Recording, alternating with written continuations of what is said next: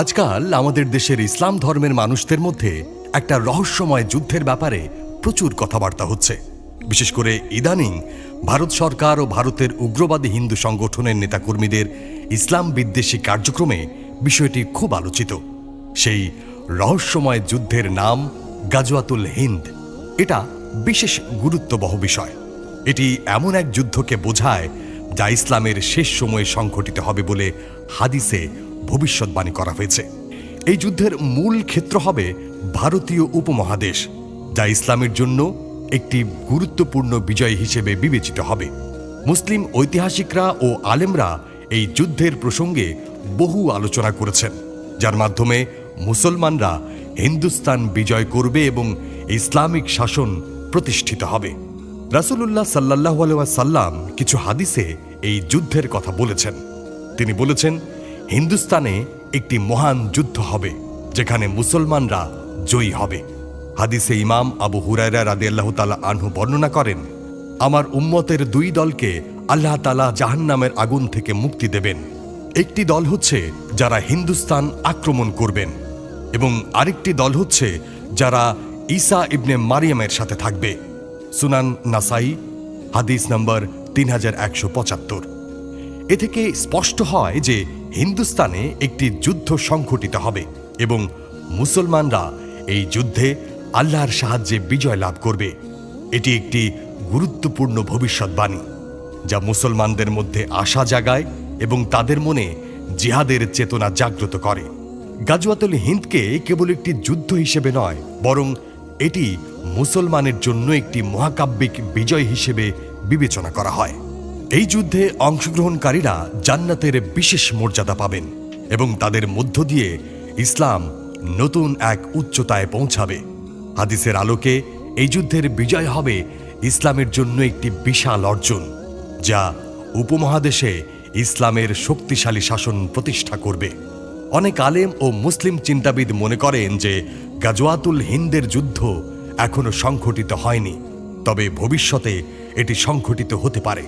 কিছু লোক মনে করেন এই ভবিষ্যৎবাণী ইতিমধ্যেই বিভিন্ন আক্রমণ এবং যুদ্ধের মধ্য দিয়ে আংশিকভাবে পূর্ণ হয়েছে, তবে এটি একটি বৃহৎ যুদ্ধের মাধ্যমে পূর্ণতা পাবে বলে ধারণা করা হয়, যা ইসলামের জন্য এক মহা বিজয়ের পথে অগ্রসর করবে।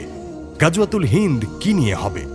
গাজওয়াতুল হিন্দ মূলত একটি যুদ্ধের নির্দেশ করে যা ইসলামের শেষ সময়ে ভারতীয় উপমহাদেশে সংঘটিত হবে বলে হাদিসে উল্লেখ করা হয়েছে।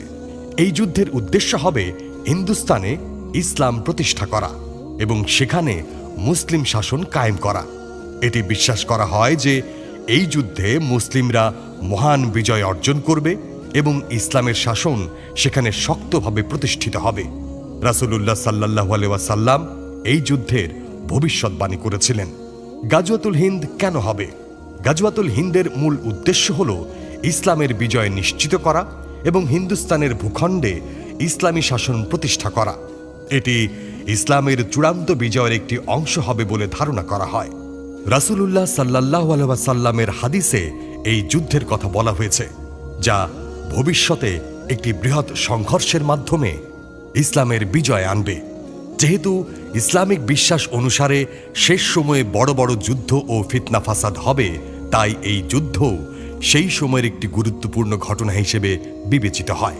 অনেকেই জানতে চান, গাজওয়াই হিন্দ কি কুরআনে লেখা আছে? এর উত্তর হচ্ছে না। কুরআনে সরাসরি গাজওয়াই হিন্দ নিয়ে কোনো উল্লেখ নেই। কুরআন একটি সর্বজনীন গ্রন্থ, যেখানে মূলত ইসলামের মৌলিক শিক্ষা, আদর্শ এবং জীবনযাপনের নিয়মাবলী দেয়া হয়েছে। তবে গাজওয়াতুল হিন্দ সম্পর্কিত তথ্য হাদিস থেকে পাওয়া যায়, যেখানে রাসূলুল্লাহ সাল্লাল্লাহু আলাইহি ওয়াসাল্লামের ভবিষ্যৎবাণীর মাধ্যমে এর উল্লেখ রয়েছে। গাজওয়াতুল হিন্দের বাস্তবতা নিয়ে আলেমদের মধ্যে বিভিন্ন মতামত রয়েছে। অনেকেই বিশ্বাস করেন যে এই যুদ্ধ এখনো সংঘটিত হয়নি, এটি ভবিষ্যতে সংঘটিত হবে।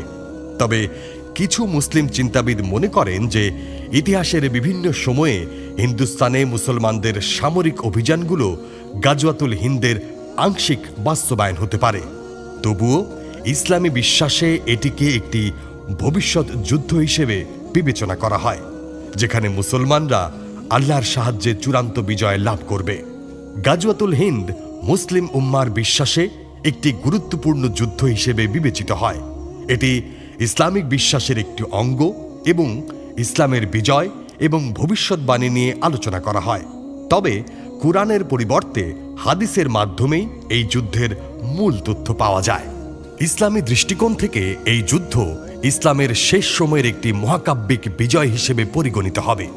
হাদিসে হিন্দুস্তানের যে যুদ্ধে বিজয়ের ভবিষ্যৎবাণী রাসূল সাল্লাল্লাহু আলাইহি ওয়াসাল্লাম করেছিলেন তা ইতিমধ্যে ঘটে গেছে, কেননা মুসলমানগণ হিন্দুস্তানে বেশ কয়েকবার অভিযান পরিচালনা করেছেন। যেমন ওমর রাদিয়াল্লাহু তাআলা আনহুর খেলাফতকালে সর্বপ্রথম 15 হিজরিতে ওসমান বিন আবুল আসের নেতৃত্বে একটি সেনাদল প্রেরিত হয়, যারা হিন্দুস্তানের থানা, ব্রুজ ও দেবল বন্দরে সফল অভিযান পরিচালনা করেন। থানাকে বর্তমানে মুম্বাই, ব্রুজকে গুজরাট এবং দেবলকে করাচি বলা হয়। তারা এই সময় শরণদ্বীপ জয় করেন, যাকে বর্তমানে শ্রীলঙ্কা বলা হয়। অতঃপর মুয়াবিয়া রাদিয়াল্লাহু তাআলা আনহুর খিলাফতকালে হিন্দুস্তানের বিরুদ্ধে যুদ্ধ পরিচালিত হয়। এরপর 93 হিজরিতে খলিফা ওয়ালিদ বিন আব্দুল মালিকের আমলে মুহাম্মদ বিন কাসেম ছাক্কাফের নেতৃত্বে সিন্ধু ও হিন্দুস্তান বিজিত হয়। এছাড়া 5ম শতাব্দী হিজরির প্রথম দিকে গজনির সুলতান মাহমুদ হিন্দুস্তানের বিরুদ্ধে একাধিক অভিযান পরিচালনা করেন। তিনি ভারতের বিখ্যাত সোমনাথ মন্দিরে প্রবেশ করে সকল মূর্তি ভেঙে চুরমার করেন। অতঃপর বিজয়ী হয়ে ফিরে আসেন।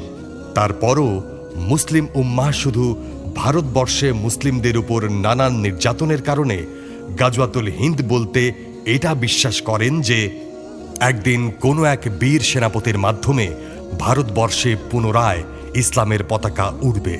মহান আল্লাহ সারা বিশ্বের মুসলমানদের হেফাজত করুন, আমিন। আল্লাহর সন্তুষ্টির উদ্দেশ্যে তৈরি আমাদের এই কথাগুলো যেন ছড়িয়ে পড়ে, এজন্য সাবস্ক্রাইব, লাইক, কমেন্ট ও শেয়ার করে আপনিও আমাদের সঙ্গে